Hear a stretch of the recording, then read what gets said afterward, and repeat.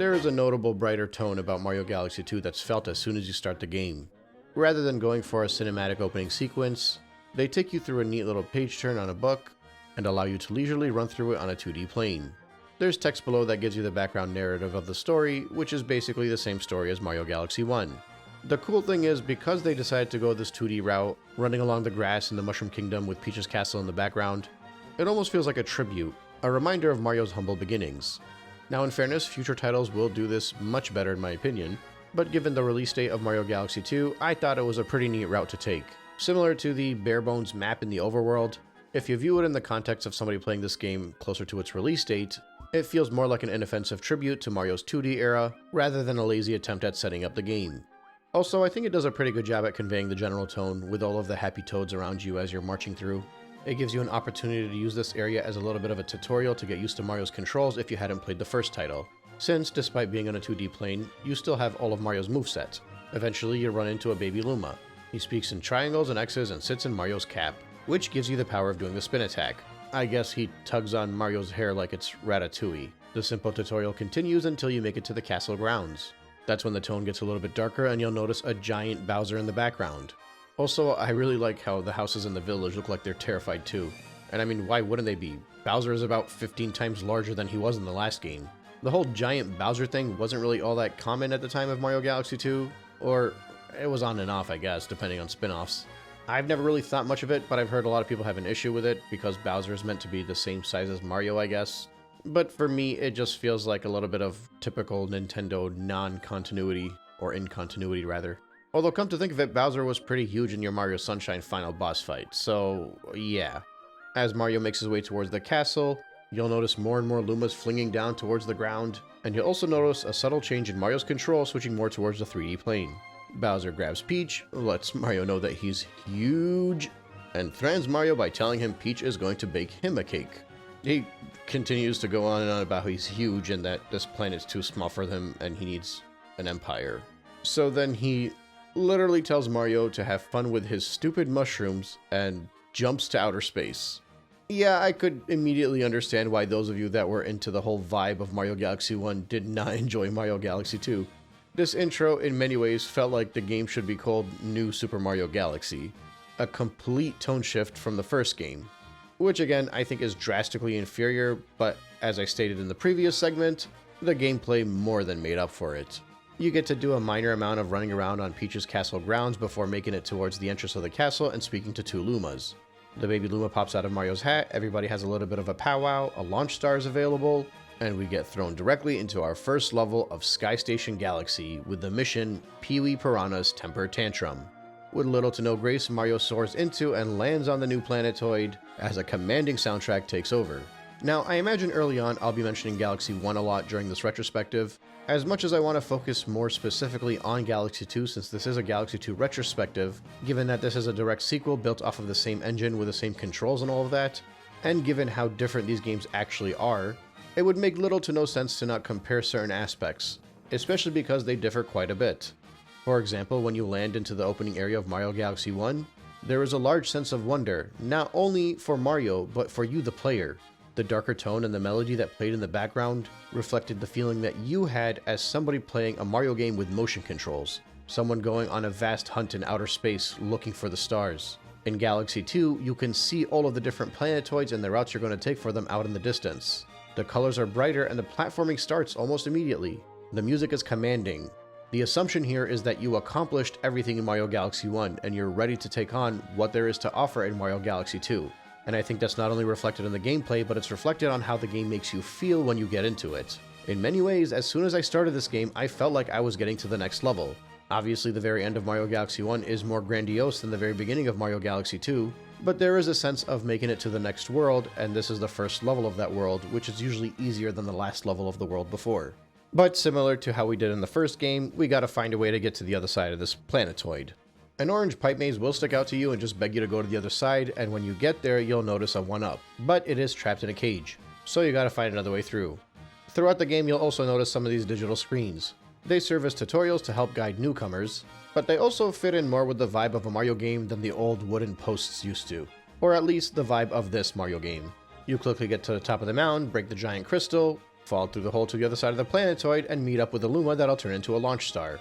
You also might notice the little Yoshi fruit, which will foreshadow what's to come soon. But given my distaste for the use of the fruit cup, check out that video in my Mario Kart 8 Deluxe retrospective, I was more triggered than anything else. When you take the launch star, you get to the next planetoid. Once again, to draw parallels to Mario Galaxy, these segmented planetoids feel a lot more fleshed out in this game and feel a lot more relatable to the whole Mario vibe. These were not completely neglected in Mario Galaxy. As a matter of fact, I distinctly remember a handful of planetoids that felt similar to this one. But I think they make these ones a lot more relatable to players that are comfortable with the Mushroom Kingdom. Now, you could argue that Mario is in outer space and it shouldn't reflect how the Mushroom Kingdom looks like, and you'd be right, but the familiarity at the time of this game's release was warranted. Which brings me to a theory that I will delve deeper into later on in this retrospective, but I think a large reason why Mario Galaxy 2 does receive more hatred than it probably deserves is because in hindsight, when somebody returns to it, decades after it was released, they might associate the aesthetics with Mario 3D Land and maybe even Mario 3D World, and both of those games can be associated with the new Super Mario Bros. Series, and given the fatigue of that whole era, a lot of people are put off by this.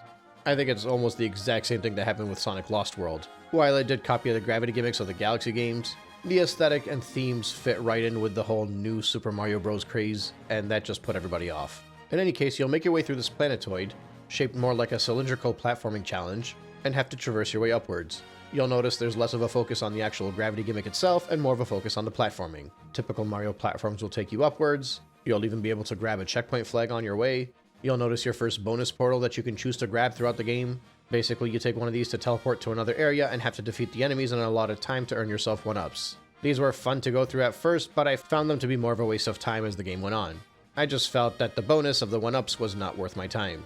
After that, you platform your way upwards to get to a launch star, and it'll take you to 2 tiny little planetoids side by side. This feels more similar to Mario Galaxy. After you take the launch star, it'll actually show you a third planetoid that's right next to them. Mario will continue to orbit between these 3 planetoids, having his momentum do most of the work, and while you could perform a quick spin to grab some bonus coins, the goal is to get to the third planetoid and spin jump before you pass by the launch star. This takes you to your next challenge, more similar to the Cyclone from Mario Galaxy 1. As you platform your way across the cylinder, you'll notice some platforms you can stand on that'll rotate around the little planetoid, and this is actually where you'd be able to grab the Comet Medal. I'll go further into the Comet Medals when I discuss the actual Comet Stars themselves, but basically, every stage has a Comet Medal as a collectible that you can grab on your way. They vary in difficulty, whether that be the difficulty to spot it or the difficulty to actually collect it. But for the most part, you should be able to spot them on a casual playthrough. The Comet Stars are not immediately available for every one of the galaxies, but you do have to get each one of the Comet Medals in the stages in order to unlock the Comet Star objective when you do reach the other prerequisites. The next planetoid is more of a formality. It allows you to grab the extra life mushroom so you can have 6 hits instead of 3, make it to the launch star, and you get to your first boss battle. And for the third 3D Mario game running, it's a fight against a piranha plant, in this case Pee-wee Piranha. You basically just have to keep spin attacking his backside. He'll get quicker and more aggressive in the way that he chases you every time you attack. And honestly, it might take you by surprise. He moves pretty quickly. You might actually take a few hits. I know I did. And I did struggle a little bit more than I expected to land the final few hits on him. But for the most part, this is an easy fight, just like any other typical first stage boss fight. And obviously, the parallels are here between this fight and the first one in Mario Galaxy 1. It's the same fight, but different. After that's all said and done, you land on a planetoid, you meet this big purple fella named Lubba, which is the embodiment of the difference between Galaxy 1 and Galaxy 2. In that game, you had the mysterious Rosalina. In this one, you get this guy. He's like Patrick Star mixed with Grimace mixed with the Kool-Aid Man. Just ebbing with good vibes. Anyway, he'll just talk a little bit more about how we're trying to save the princess and how you have a baby Luma and that she's trying to find her mother, that being Rosalina. Using the stars, he's able to turn the little planetoid ship he has into Mario's face ship. And yeah, like I said in the previous segment, this is nothing more than just a little bit of a playground or museum of your progress throughout the game. At the start, it's pretty empty, but by the end of it, you'll be wondering why you invited all these guests. There are little bits of tutorials spread throughout this whole area, and some people might find use in them, some people might even enjoy just going around and exploring, but for me, it was really just a fun thing to run through maybe once or twice just to see how it looks. Most of the time, when I finish a stage and I land on the face ship, the first thing I do is go to the control area so I can go back to the overworld. The first time you go, there's a pretty fun and, I would say, Mario Galaxy 1 worthy animation that shows how epic the moment is. There's even a little bit of an explanation of what an overworld is from Lubba, but those transitional animations do get old pretty quickly, even if they are basically hidden loading screens. Anyway, back to Sky Station Galaxy, storming the Sky Fleet is mission number 2. The early area is more or less the same, but you have some chomps rolling around, allowing you to use these green plants to smack into them and destroy them. But this time there won't be a launch star in the same spot to get to the next area. Instead, you gotta go to the other side, find the correct chomp, destroy it, and free the Luma. This will take you to an entirely different segment than what we saw in the first level. This was pretty common a lot in Mario Galaxy 1 as well, where each star felt completely disconnected from the last one. But given that there are only 3 stars in each stage this time instead of 6, each objective feels much more like a one and done this time around, despite the minor moments of repetitiveness. Every mission feels like its own level more in Mario Galaxy 2 than it did in any of the previous 3D Mario games, and I think the variety is part of the reason I enjoyed this game so much. Future titles might actually do it better, but they have a lot more repeated themes, and they also confine your movements to the 8 directions, so they might not feel nearly as grand of an adventure as Mario Galaxy 2 does. You land on a giant tube that you gotta figure out how to get inside. This was something that was pretty common in Mario Galaxy 1, it happened 2 or 3 times. But you'll immediately notice a barrage of Bonsai Bills headed right towards you. I could be mistaken, but I'm pretty sure the Bonsai Bill only showed up in the final Bowser level of the previous game. So seeing them here immediately gave me that grandiose feeling. This moment right here is actually where I felt that this game was not nearly as watered down and soulless as people made it out to be. It still has some epic moments with epic visuals. Made it feel like the best of Galaxy. In addition to that, once you get inside the tube, it turns into a 2D section, and there's a lot more manipulation of gravity in this area. It's a cylindrical plane, so the gravity is more or less rotating towards the center of the cylinder, and it's on you to figure out how to make it across the platforms, and eventually take the launch star to the next segment. If the previous tube was a sign of how grandiose this game could feel, these next challenges are much more similar to the typical Mario platforming, the kind of stuff you might have seen in the small galaxies in Super Mario Galaxy 1. Which brings up my next point of discussion. During Galaxy 1, I felt that there were a lot of challenges that would have made for great routes during a bigger level. So like some of the focus challenges that you find in the small galaxies, or even some of the objectives you'd run into while playing through the larger galaxies. I remember thinking to myself, these would be really fun challenges if they were part of a greater challenge, but they're not large enough challenges to be their own star. I think this segment right here is a good example of that. You basically slowly advance through the challenges, hitting all of the blue switches and turning them yellow as you go along. The added challenges of being chased by the cosmic clones makes for a much more enticing experience too. If they catch up to you, you'll take a hit, so you gotta be a lot quicker this time around. These vary from Cosmic Mario in the previous game. In this case, they actually mimic your exact movements, so you gotta be quicker without having an actual timer. Instead, it's more like rubber banding. If you're quicker and more efficient, they'll be quicker and more efficient. If you slow down, they'll slow down. But you can't be quick and then slow down because then they'll catch up to you. You gotta stay on the move. And I don't know exactly how popular this opinion is, but I think this is a very simple way to add a lot more gravity to the situation. Pun intended. And I actually like the challenges where the Cosmic Mario clones show up because I feel like they make the game a little bit more fun, a little bit more exciting, a little bit more on edge. Finally, the next segment involves carefully running past a bunch of Bonsai Bills, making your way towards the key, unlocking the gate, and getting the star. I actually completely underestimated the challenge on this one. I kept losing a life because I thought I could just easily jump my way through this without thinking too much about the challenge. But quickly, in only the second star of the game, I learned the hard way that this was Mario Galaxy 2 and not Mario Galaxy 1. The next galaxy we get to is Yoshi Star Galaxy. I wonder what the gimmick is here. The first star is aptly titled Saddle Up with Yoshi. This grassland galaxy requires you to run towards the center of the stage to pick up your green dinosaur friend, whose egg is shielded by a magical force field that you have to defeat Magic Koopa to remove. When that's all said and done, you get to jump on the back of your dinosaur buddy, and I gotta say it feels much more natural to control here than it did in Mario Sunshine. This is largely because there's none of that weird acidic juice that you gotta spit out on anything. Speaking of which, you also don't need to bring Yoshi any fruits to get him out of the egg. And I think the way they implemented the pointer controls with Yoshi's tongue works very well. Which brings me to my next tangent. Actually, 2 tangents. The first is that when I played Mario Galaxy 1 and the 3D All-Stars came out, I played it in handheld. For some reason, I didn't have too much faith in the Joy-Cons mimicking what the Wii Remote was able to do, but obviously when I revisited it for this video, I used the Joy-Cons and I thought they did a good enough job. Actually, I even said I prefer the control method of just using a regular controller and aiming with the accelerometer in the same way that you would in Splatoon, for example.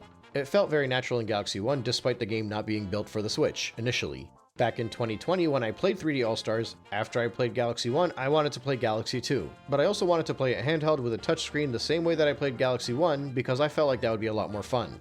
Also, I didn't feel like digging through my attic for the Wii. So by using my Android phone, I attached the Razer Kishi onto it, a device that I bought for Game Pass for streaming that I have not used in a very long time now because I just play on the Series X. I was able to get Galaxy 2 running on Dolphin. For the most part, I was able to play Galaxy 2 almost the exact same way that I played Galaxy 1. But there was one major drawback in the form of Yoshi. Since I was using the touchscreen for the pointer controls, it was just way too difficult to be able to touch the screen at the right point to spit out Yoshi's tongue and grab whatever you need to grab. Thankfully, I learned this as early as the second level, so I didn't waste too much time on Galaxy 2. I was on a 3D Mario streak though. I had finished the trilogy of the 3D All-Stars games right before this one, so I figured I'd return to Galaxy 2 later. I jumped straight to 3D Land. That's kind of when I found out how much I love that game actually, since I don't think I had played that one since it had first released either. And then immediately following that, I jumped to 3D World to fully complete that game too, and that's when I stopped and started this YouTube channel and hadn't returned to any of the games since. So me finally making it to Galaxy 2 feels in a lot of ways like I've gone full circle. I've more or less caught up on all of the games I played between 2017 and 2021, which for new channel members was the time in my life that I decided that I was eventually going to start cracking away at this backlog of games that I decided I wanted to fully complete or experience for the first time. Some games were repeats, mostly Mario games, but others were franchises that I never realized how much I would enjoy, like Metroid and Mega Man, which if you go through my playlists, you'll realize those are the franchises I decided to cover first for that reason specifically. Well, first relative to the 3D Mario stuff anyway. But to the second tangent that I want to go on, I was debating how I wanted to play Galaxy 2 for this retrospective. I wanted it to look good, but I also didn't want to use Dolphin, primarily because I actually wanted the Wii Remote Nunchuck native experience. I just felt like I wanted the proper Mario Galaxy feel rather than what comes up when you try to create it on Dolphin. But I also wanted to give you guys good footage, or at least footage almost as good as what was available on Mario Galaxy 1 in 3D All-Stars. So I threw the disc into my Wii U, primarily because of convenience. I don't feel like having a Wii and a Wii U under my TV. Also, my Wii does not have an HDMI cord, and while I do have a HyperCin available to connect it to my TV, it's not quite the same as using component cables. Those of you that have homebrewed your Wii U will know that with USB Loader GX, if you turn deflicker off and use frame buffer, you can actually get a much more crisp view of your Wii games than you would if you just played it naturally. I'll save the technological explanation as to why that is for the channels bigger than mine. Good Vibes Gaming had a video on the topic a few years ago. But basically, in order to accommodate for the fact that it was going to be played on a CRT, the Wii used to make its games a little bit more blurry and stretch it out just ever so slightly, and that would account for all the imperfections you would get on a CRT. So while my footage for Mario Galaxy 2 is noticeably not quite as crisp as the Mario Galaxy 1 footage, you'll probably notice it's a lot more crisp than some of the other Mario Galaxy 2 retrospectives around the YouTube world. Okay, so back to the game, because this video is taking way longer than I thought it would.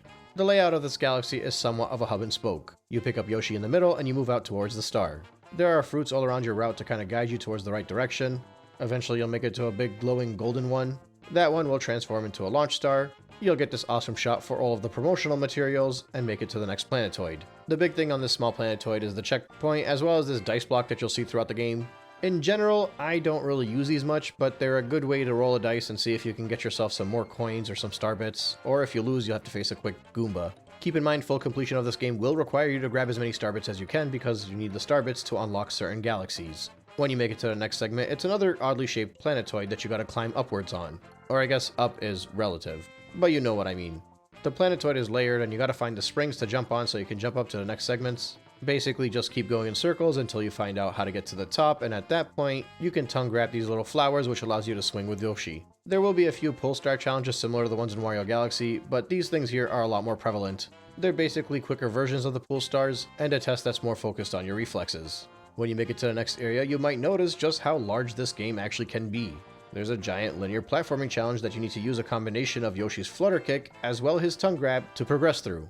There'll be spiders cutting you off, platforms that you need to ride and make sure you don't lose Yoshi because otherwise you can't make it to the next segments. And once you finally make it to the top, you crack open a crystal, do a little bit more of those swings and get up to the star. Jumping straight back into it, mission number 2 is Spiny Control. The big gimmick here is using your tongue to grab the Spinies and firing them over to crack open the cages. Naturally, one of the cages will have a launch star. At this point, the game will just find more and more creative ways to use these cages to advance. You might have to blast one off in the distance so it can give you a launch star, grab a Spiny and carry it upwards to break open another cage, and finally it all culminates with a boss fight. I could be wrong here, but when you face off against the bosses, they don't actually say their names over them, which is a little bit confusing, but this guy here is named King Lakitu. You probably guessed it. He's gonna throw Lakitus at you, you gotta eat him up and spit him back at him. The cloud he's riding on is a lightning cloud, so you're gonna have to dodge whenever he attacks you that way. And obviously he'll just get more aggressive, throw more Spinies towards you, and stand further back so that you have to aim the Spinies properly in order to hit him.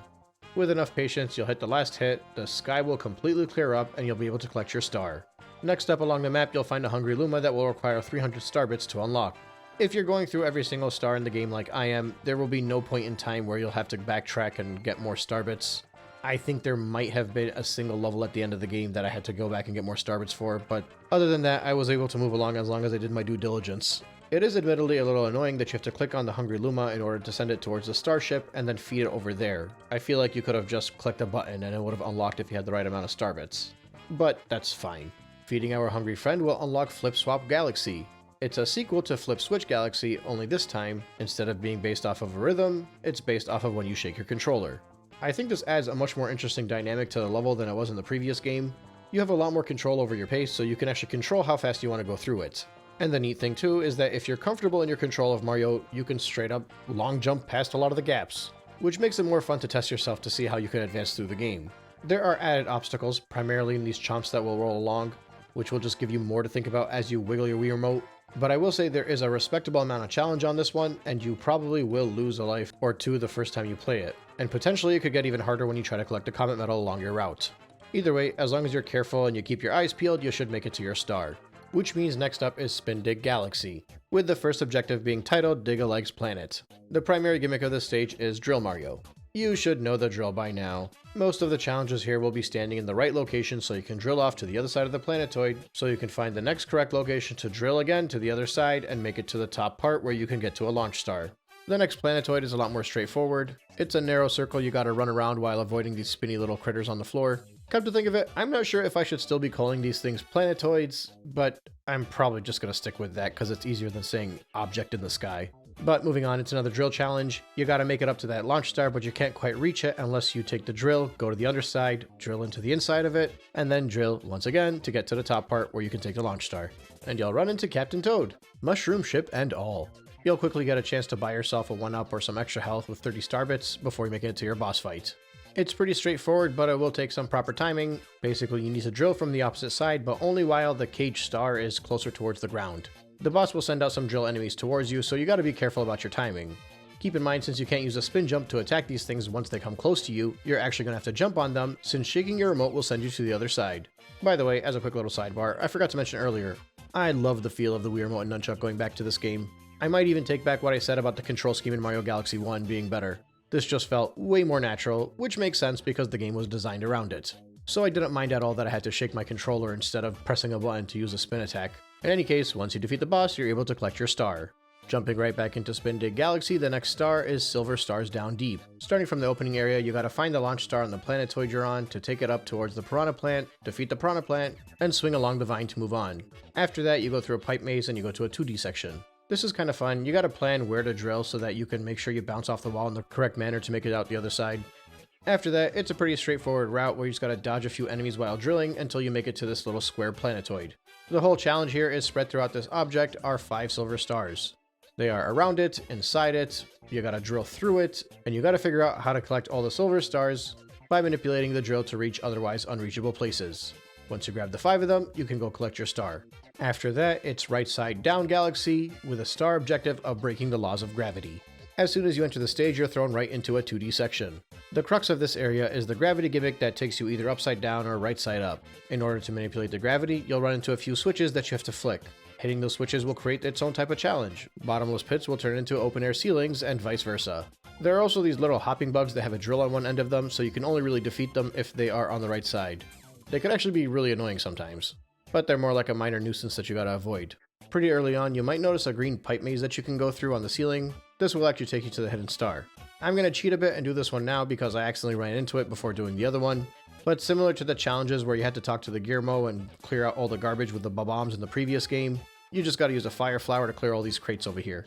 It's a lot easier, it might take you 1 or 2 attempts. The trick is to line up your shots so you can knock out as many of the crates as you can with a single throw, and that's primarily because the fireball will swing right through the boxes. It won't stop if it hits one. But back to the main star. If you go past the green pipe, you gotta platform upside down while avoiding some enemies and making your way to the next section.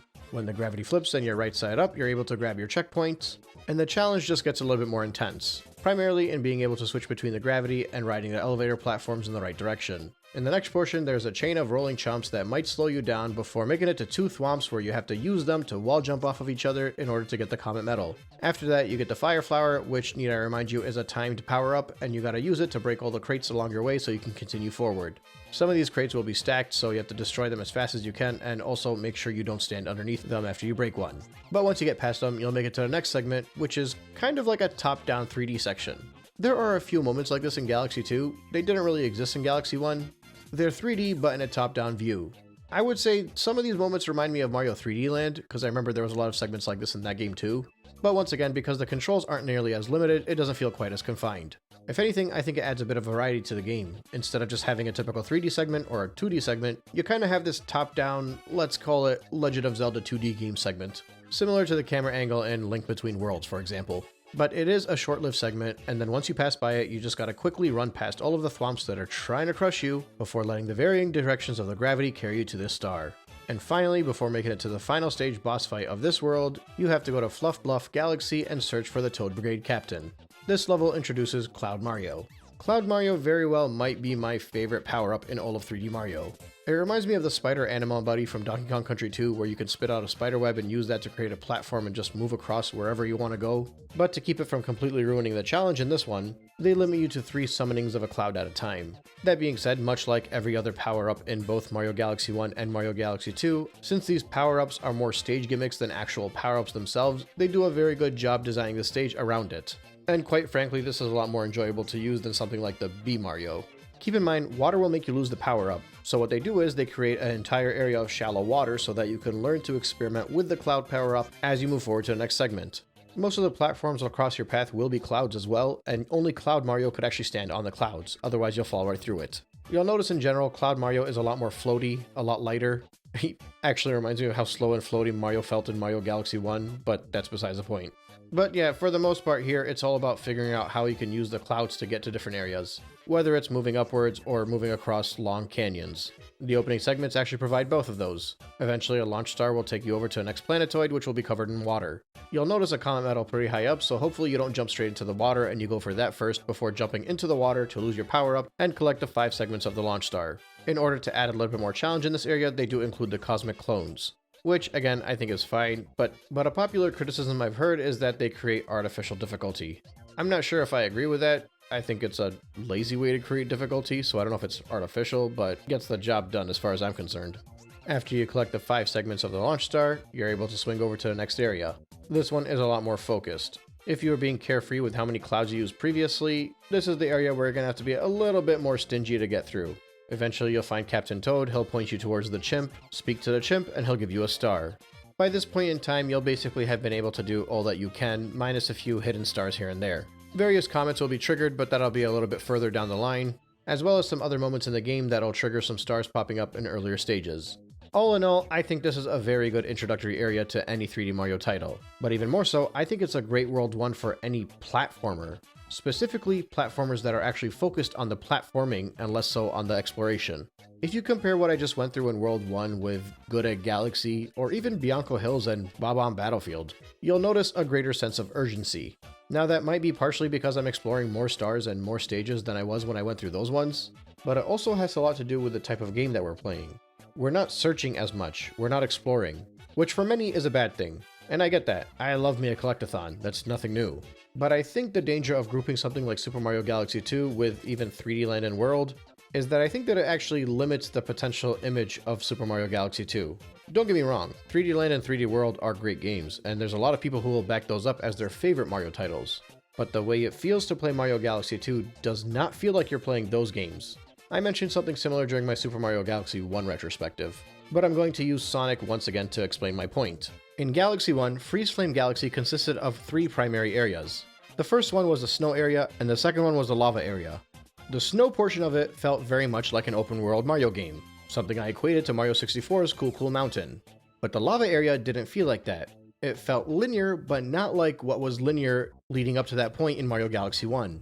It felt like an open linear stage. Like there was a clear straight path to move forwards towards, but I didn't feel like I was unable to move backwards or look around if I wanted to.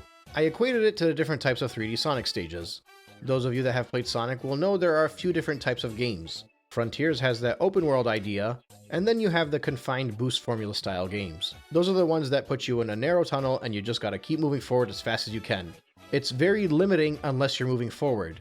You can't explore left and right, and you can't really move backwards. But the balance between the two of those is what the adventure era controlled like, when there was a linear path you had to move through, but you were a lot more comfortable in your movements. More recently, I enjoyed Shadow Generations as much as I did because it felt like it moved the same way that the adventure era games did.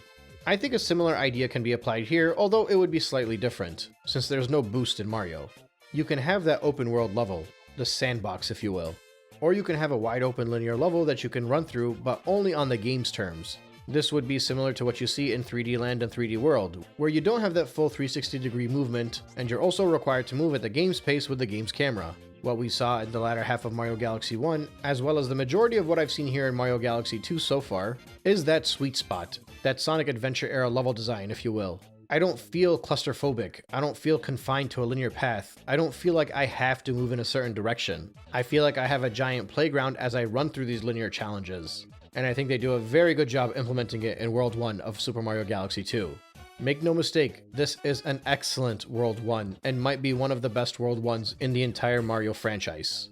This segment was a little bit longer, and obviously that's because there's a lot of things that we got introduced to that I had to discuss. The following segment should be at a more reasonable pace. Meet me at World 2.